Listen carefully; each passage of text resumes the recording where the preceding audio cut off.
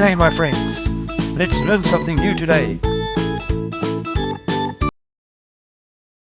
In the realm of language, tenses are the threads that weave together the tapestry of time. They allow us to express actions and events, connecting the past, present, and future. Among these tenses, the present perfect holds a unique place, bridging the gap between past experiences and their relevance to the present moment. It's a tense that speaks of experiences, changes over time, and the lasting impact of past actions. Imagine yourself engaged in a lively conversation, eager to delve into the depths of someone's life experiences. You're curious about the adventures they've had, the challenges they've overcome, and the memories they hold dear.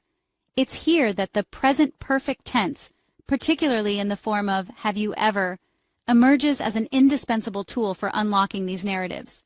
The present perfect tense allows us to ask about experiences without being confined to a specific time in the past. It's like casting a wide net into the sea of someone's life, eager to see what treasures we can pull up. Whether it's inquiring about a visit to a distant land, a daring culinary adventure, or a life-changing encounter, have you ever opens the door to a world of possibilities. In the following sections, we'll embark on a journey to demystify the present perfect tense, exploring its structure, its significance in conversations, and its versatility in expressing a wide range of experiences. So fasten your seatbelts and get ready to unlock the power of have you ever as we dive into the intricacies of this fascinating tense. The beauty of the present perfect tense lies in its simplicity. It follows a clear and consistent structure that's easy to grasp, even for those venturing into English grammar for the first time. To form a question using have you ever, we start with the auxiliary verb have, followed by the subject you, and then the past participle of the main verb.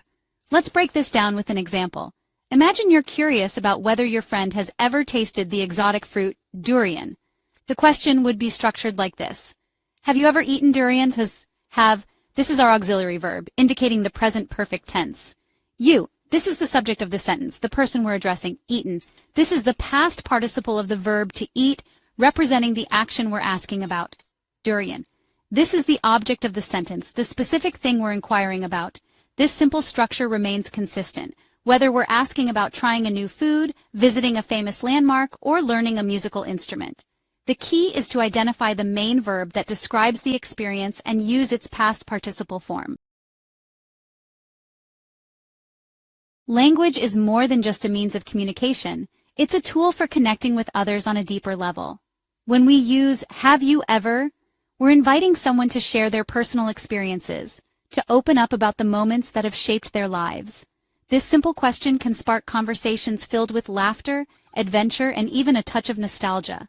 It allows us to explore shared passions, discover hidden talents, and broaden our understanding of the world through the lens of another person's experiences. Imagine asking a friend, have you ever traveled to Japan? Their response could lead to a captivating tale of ancient temples, bustling cities, and unique cultural encounters. Or perhaps you're curious about someone's artistic endeavors. Have you ever painted a landscape? Could unlock a hidden passion for art and lead to a discussion about their favorite techniques and inspirations. Have you ever is more than just a question. It's an invitation to connect, to learn, and to build stronger bonds through shared experiences. Section 4. Bringing it to life examples of the present perfect in action. To truly appreciate the versatility of have you ever, let's explore some real-life examples. Travel and adventure. Have you ever visited the Eiffel Tower? Have you ever gone scuba diving in the Great Barrier Reef? Have you ever hiked to the top of Mount Kilimanjaro? Food and culture. Have you ever tasted authentic Thai curry? Have you ever attended a traditional Japanese tea ceremony? Have you ever learned to cook a French soufflé? Personal growth and challenges. Have you ever run a marathon? Have you ever overcome a major obstacle in your life? Have you ever learned a new language fluently? Arts and entertainment. Have you ever seen a Broadway show in New York City? Have you ever read the entire Harry Potter series? Have you ever learned to play a musical instrument? These are just a few examples to illustrate how have you ever can be used to initiate conversations about a wide range of topics. The possibilities are limitless, as vast as the experiences that shape our lives. Section 5. Expanding your horizons, using the present perfect with never and ever. The present perfect tense becomes even more expressive when we introduce the adverbs never and ever. These words add layers of emphasis and nuance to our questions, highlighting the absence or possibility of experiences. Have you ever? Implies that the speaker is open to the possibility that the listener has had the experience in question. It suggests a sense of curiosity and a desire to hear about the listener's adventures if they exist. On the other hand, have you never suggests a greater degree of surprise or disbelief. It implies that the speaker finds it hard to believe that the listener hasn't had the experience and is eager to hear the reasons why. For instance, have you never tasted chocolate? Carries a note of astonishment, as if the speaker considers chocolate to be a universal experience. Similarly, have you ever climbed Mount Everest? Suggests a sense of awe and admiration, acknowledging the extraordinary nature of such an achievement.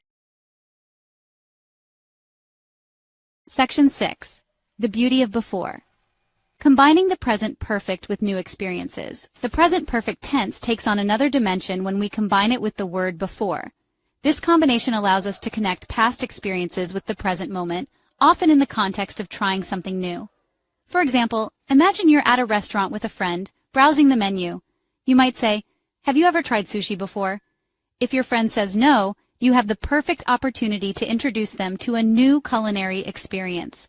The phrase before acts as a bridge, linking the past, their lack of experience with sushi, to the present, the possibility of trying it for the first time. It creates a sense of anticipation and excitement, as if you're about to embark on a shared adventure together. Section 7. Conclusion. Mastering the art of have you ever. As we've discovered, the present perfect tense, particularly in the form of have you ever, is a powerful tool for unlocking conversations, sharing experiences, and connecting with others on a deeper level. It allows us to delve into the richness of human experience, exploring the adventures, challenges, and memories that shape who we are. By mastering the simple structure and versatile uses of have you ever, you can enhance your conversational skills, broaden your understanding of the world, and forge stronger bonds with those around you. So, embrace the power of the present perfect tense and never stop asking, have you ever